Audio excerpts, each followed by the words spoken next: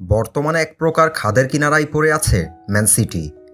Man সিটিকে বাঁচাতে Manchester সিটির coach Pep Guardiola এক প্রকার বাধ্যই হয়েছেন দলে পরিবর্তন নিয়ে আসতে। 1 বছর আগেই 12.5 মিলিয়ন ইউরোতে আর্জেন্টিনার নতুন তারকা ক্লদিও এচেভেরিকে কিনেছিল ম্যান সিটি। এরপর 1 বছরের জন্য তাকে রেখে দেওয়া হয় নিজ ক্লাব রিভার প্লেটে। আর্জেন্টিনার উঠতি এই তারকাকে স্প্যানিশ ক্লাব জিরোনায় ধারে পাঠানোর পরিকল্পনাও ছিল সিটি ম্যানেজমেন্টের। তবে সেই পরিকল্পনায় পরিবর্তনও এসেছে। জানুয়ারিতেই ক্লদিও এচেভেরি আসবেন ম্যানচেস্টার সিটিতে। ইনজুরি আর অফ ফর্মে ভুগতে থাকা সিটির জন্য ত্রাতা হবেন এচেভেরি, এমনটাই প্রত্যাশা করছেন কোচ পেপ গার্দিওলা। এরই মাঝে রিভার প্লেটের লাল সাদা জার্সিতে নিজের শেষ ম্যাচটিও খেলে ফেলেছেন এচেভেরি। বিদায় জানিয়েছেন ক্লাবের ভক্ত সমর্থকদের। আবেগজড়িত কণ্ঠে জানিয়েছেন কৃতজ্ঞতা।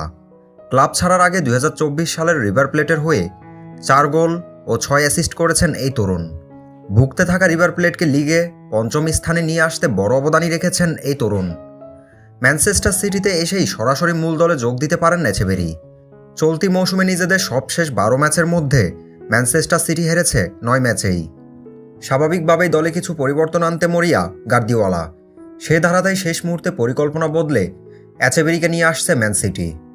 গেল বছর নভেম্বরে ক্লদিও এচেভেরির দুর্দান্ত এক হ্যাটট্রিকে ভর করে অনূর্ধ্ব-17 বিশ্বকাপের কোয়ার্টার ফাইনালে চিরপ্রতিদ্বন্দ্বী ব্রাজিলের বিপক্ষে 3-0 গোলের জয় তুলে নেয় আর্জেন্টিনা।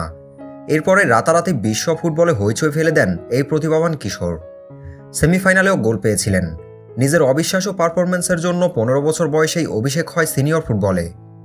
এরপর এই আর্জেন্টাইন কিশোরকে নিয়ে বেশ হইচই পড়ে গিয়েছিল ট্রান্সফার মার্কেটে। সর্বকালের অন্যতম সেরা তারকা লিওনেল মেসির মতোই খেলার ধরন তার। তরুণের প্রতিভাকে দলে নিতে মরিয়াছিল বার্সেলোনা, আর্সেনাল ও ম্যানচেস্টার সিটির মতো ক্লাব। শেষ পর্যন্ত তাকে দলে পায় ম্যান সিটি। এবার 1 বছর বিরতি দিয়ে নিজের সেই নতুন ঠিকানায় যাচ্ছেন এচেভেরি। তবে সেখানে যে তার কাজটা সহজ হবে না সেটা এখন অনুমান করা সম্ভব। এবার দেখা যাক ম্যান সিটির জন্য এচেভেরি কী করতে পারেন।